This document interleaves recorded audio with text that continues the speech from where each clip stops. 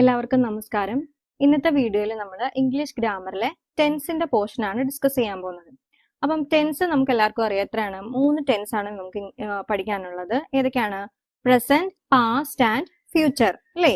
ഇനി ഇതിനെ ഫർദർ വീണ്ടും നമുക്ക് 4 ഫോംസ് ആയിട്ടൊക്കെ നമ്മൾ പറയുന്നുണ്ട്. അവിടെയാണ് എല്ലാവർക്കും ചെറിയ ചെറിയ കൺഫ്യൂഷൻസ് വരുന്നത്. ഇപ്പൊ ഒരു സെന്റൻസ് കണ്ടു കഴിഞ്ഞാൽ അത് സിമ്പിൾ പ്രസന്റ് ആണോ, അത് സിമ്പിൾ പാസ്റ്റ് ആണോ, അല്ലെങ്കിൽ പ്രസന്റ് പെർഫെക്റ്റ് ആണോ എന്നൊക്കെ നമുക്ക് ചിലർക്കൊക്കെ കണ്ടു കഴിഞ്ഞാൽ മനസ്സിലാക്കാൻ ഒരു ചെറിയ ബുദ്ധിമുട്ടുണ്ടാവും, അല്ലേ? അപ്പൊ ഈ ഒരു ക്ലാസ്സിലൂടെ നമുക്ക് ആ ബുദ്ധിമുട്ടുകളൊക്കെ ഒഴിവാക്കാം. എന്താണെന്ന് നല്ല വ്യക്തമായിട്ട് അതിന്റെ ഫോം എങ്ങനെയാണെന്നും അതിന്റെ എക്സാമ്പിൾ എങ്ങനെയാണെന്നും ഒക്കെ നമുക്ക് വളരെ ഡീറ്റെയിൽ ആയിട്ട് നോക്കാം. അപ്പം പറഞ്ഞു എത്രയാണ്, ഏതൊക്കെയാണ്? Present, past and future. ഇത് മൂന്നുമാണ് നമുക്കുള്ള ടെൻസ്. ഈ ടെൻസിന് നമുക്ക് വീണ്ടും എന്താണ്, ഓരോ ടെൻസിനും 4 വ്യത്യസ്തമായിട്ടുള്ള ഫോംസ് ഉണ്ട്. ഏതാണ്? സിമ്പിൾ, continuous, perfect,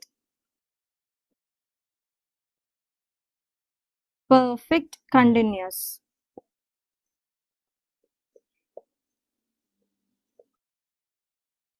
അപ്പൊ പ്രസന്റ് ടെൻസ് ആണെങ്കിൽ നമുക്ക് simple present, present continuous, present perfect and present perfect continuous എന്ന് പറയാം.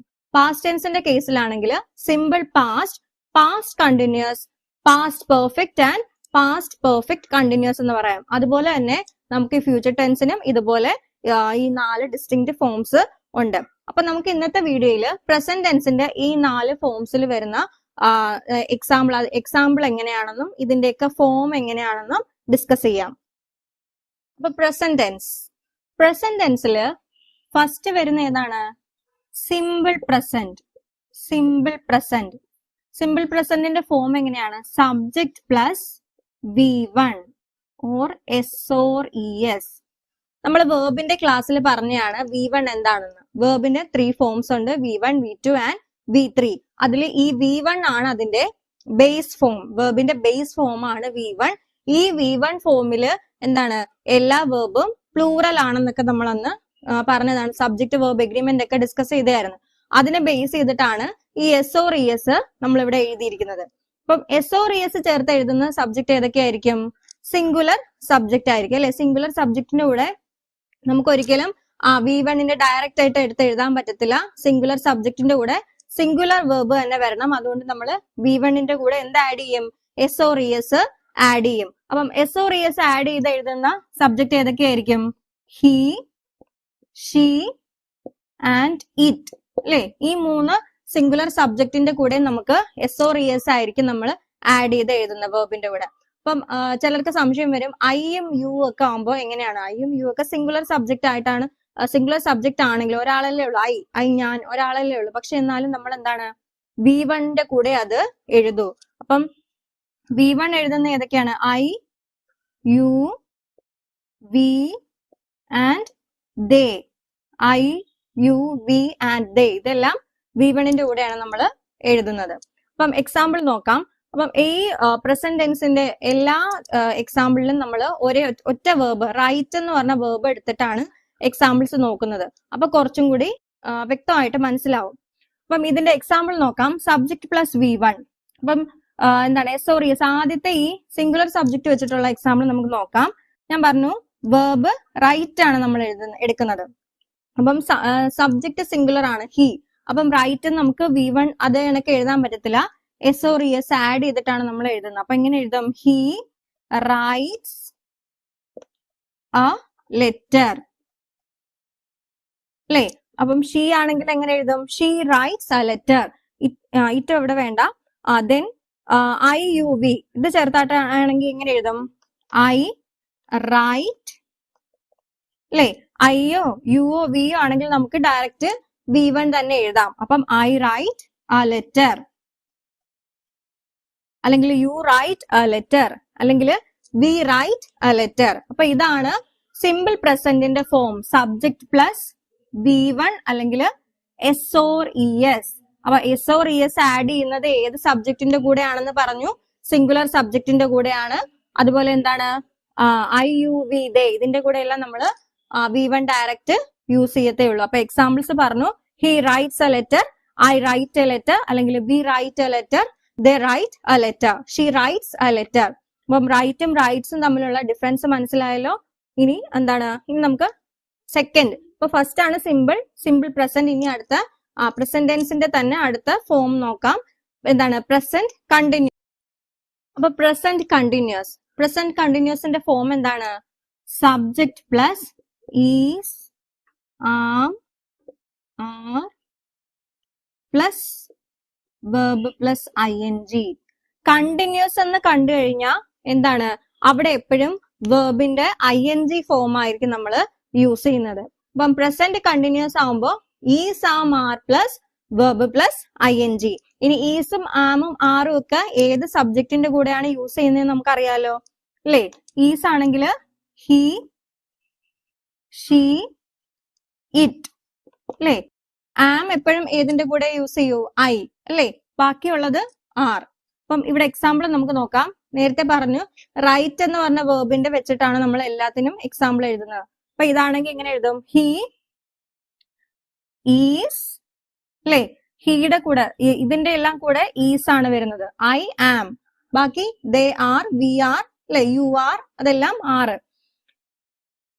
അപ്പൊ എങ്ങനെ എഴുതും? He is, then verb plus ING. നമ്മൾ റൈറ്റ് എന്ന് പറഞ്ഞ വേർബ് ആണ് എടുക്കുന്നത്. അപ്പൊ എങ്ങനെ എഴുതും? Writing a letter. ഷീ ആണെങ്കിലും she is writing a letter. അപ്പം ഇറ്റ് നമുക്ക് ഇവിടെ റൈറ്റിംഗ് ലെറ്റർ ആയതുകൊണ്ട് അത് വേണ്ട. ദെൻ ഐ ആണെങ്കിൽ I am writing a letter. Then you are writing a letter. We ആണെങ്കിൽ we are writing a letter.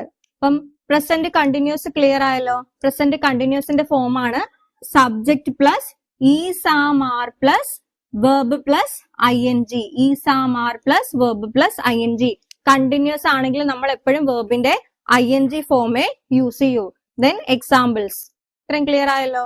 ഇനി അടുത്ത നമ്മൾ തേർഡ് വരുന്നത് ഏതാണ്? പ്രസന്റ് പെർഫെക്റ്റ് ആണ്.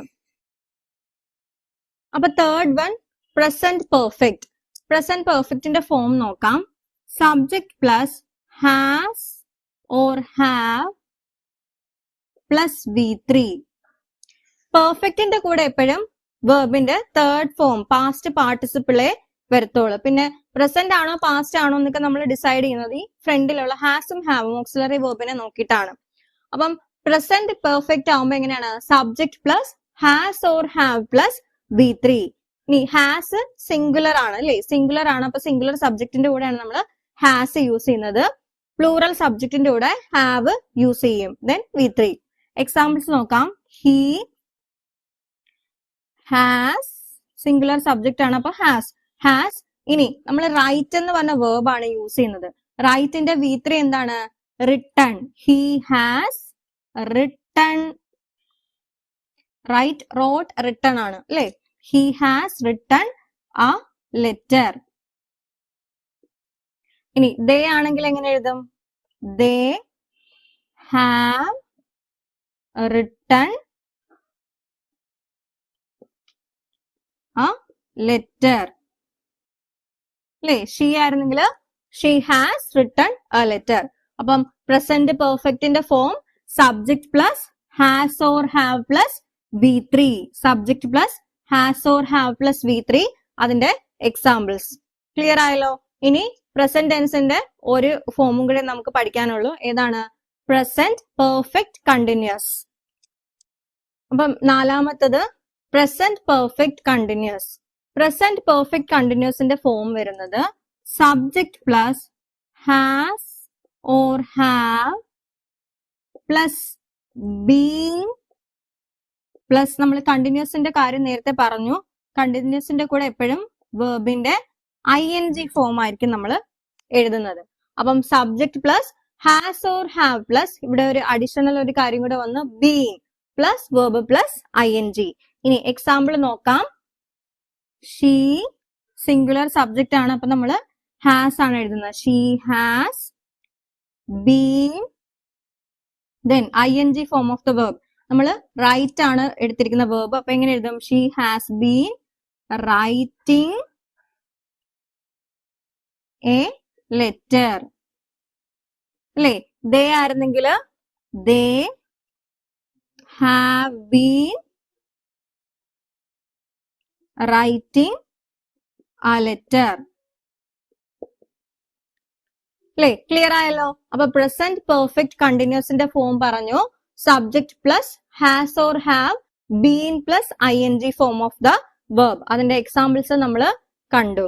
അല്ലേ? ഇനി ഇതിനെ ബേസ് ചെയ്ത് കുറച്ച് ക്വസ്റ്റ്യൻസ് ഉള്ള ഒരു വീഡിയോ അടുത്ത് നമ്മൾ ചെയ്യുന്നതായിരിക്കും. അപ്പം ഇത്രയും ക്ലിയർ ആയെന്ന് വിചാരിക്കുന്നു. പ്രസന്റ് ടെൻസിന്റെ 4 forms: simple present, present continuous, present perfect and present perfect continuous.